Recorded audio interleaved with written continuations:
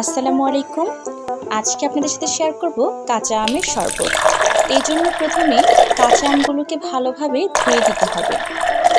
আমি এখানে বেশ কিছু পানি দিয়ে ভালো করে আমগুলোকে ধুয়ে নিচ্ছি, দেখতেই পারছেন। এরপর আমগুলোকে ছিলে ভালো করে এভাবে টুকরো টুকরো করে কেটে নিতে হবে।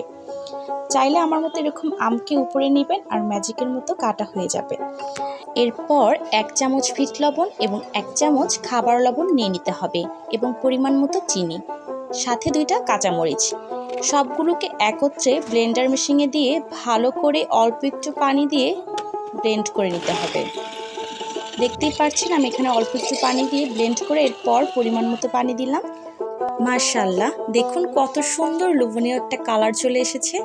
আর কাঁচা আমের শরবতটা খেতেও কিন্তু অনেক মজার ছিল। আমার মেয়ে তো কাঁচা আমের শরবত বানিয়ে আপনাদের সাথে শেয়ার করে ফেললো। আর এই তো আমি এখানে আমার বেডরুমে যে গাছগুলো ছিল সেই গাছগুলোর মাটি চেঞ্জ করে দিব, আর নিচে কিছু সার দিব, যেমন পেঁয়াজ টিয়াজের খোসা টোসা দিব। কারণ পেঁয়াজের খোসাটা দিলে মাটিতে যে কেঁচু হয় সেটা আর হবে না। এই যে গাছগুলো ইদানিং দেখছি কেমন জানি হয়ে যাচ্ছে, তাই আমি এই যে মাটিগুলো চেঞ্জ করার কি সিদ্ধান্ত নিলাম, যে চেঞ্জ করবো না অবশ্য, মাটিগুলোকে দেখবো যে কি হয়েছে। তো দেখলাম যে এরকম ছোট ছোট কেঁচু হয়েছে। এই জন্য গাছের যে একটা জোরবল থাকে সেটা কমে গাছগুলো পচে যায়। তাই তো এগুলো বেছে বেছে আমি ফেলে দিলাম, হাত দিয়ে তুলেই কিন্তু আমি সবগুলো ফেলে দিতেছি। তারপর মাটিটাকে সুন্দর করে ঝুরা ঝুরা করে তারপর একটা পেঁয়াজ থেতু করে দিয়েছি, আর কোটাকাটি করে যে পেঁয়াজের ছিলকা ছিল সেগুলো আমি এখানে নিয়ে আসছি।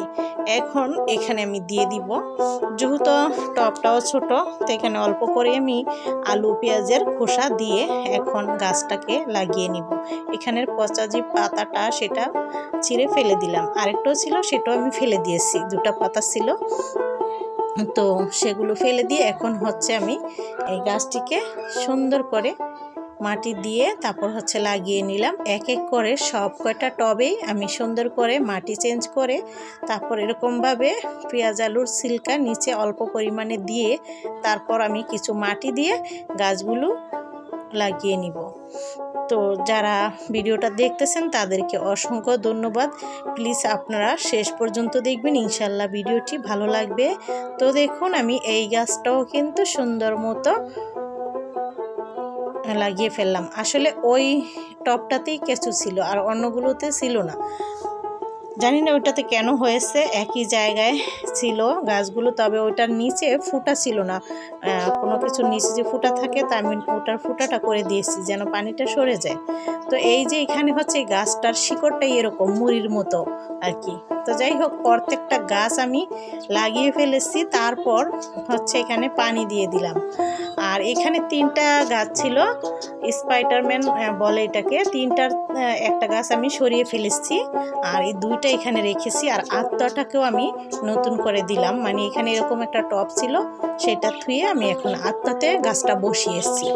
যাই হোক, গাছটা লাগিয়ে রান্না করার জন্য চলে গেলাম। এই তো এখানে আমি আম ডাল রান্না করতেছি, ডালটাকে সেদ্ধ করে ঘুটে তারপর আম দিয়ে দিয়েছি, মরিচ দিয়ে দিয়েছিলাম, তারপর বাগার দিয়ে দিলাম, এখন ধনিয়া পাতাও দিয়ে দিচ্ছি। ডালের কালারটা অনেক সুন্দর আসছে, খেতে অনেক ভালো লাগছে। গরমে আম দিয়ে টক ডাল রান্না করলে খেতে অনেক ভালো লাগে, আমাদের বাসায় সবাই সেটা পছন্দ করে। এই তো এখানে আমি মুরগির গোশত রান্না করব।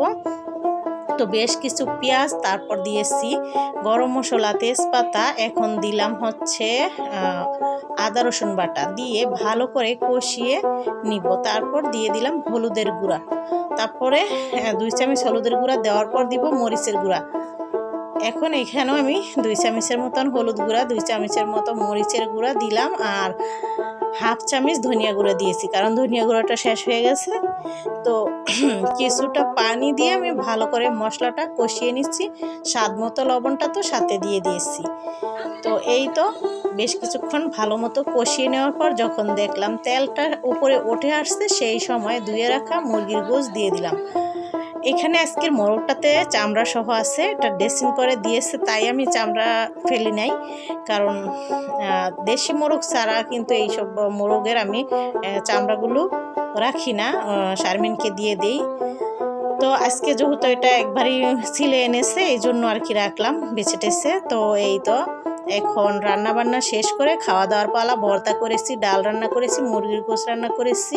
তো আজকের মতো ভিডিওটি এখানেই শেষ করছি। সবাই সুস্থ থাকবেন। আল্লাহ হাফেজ।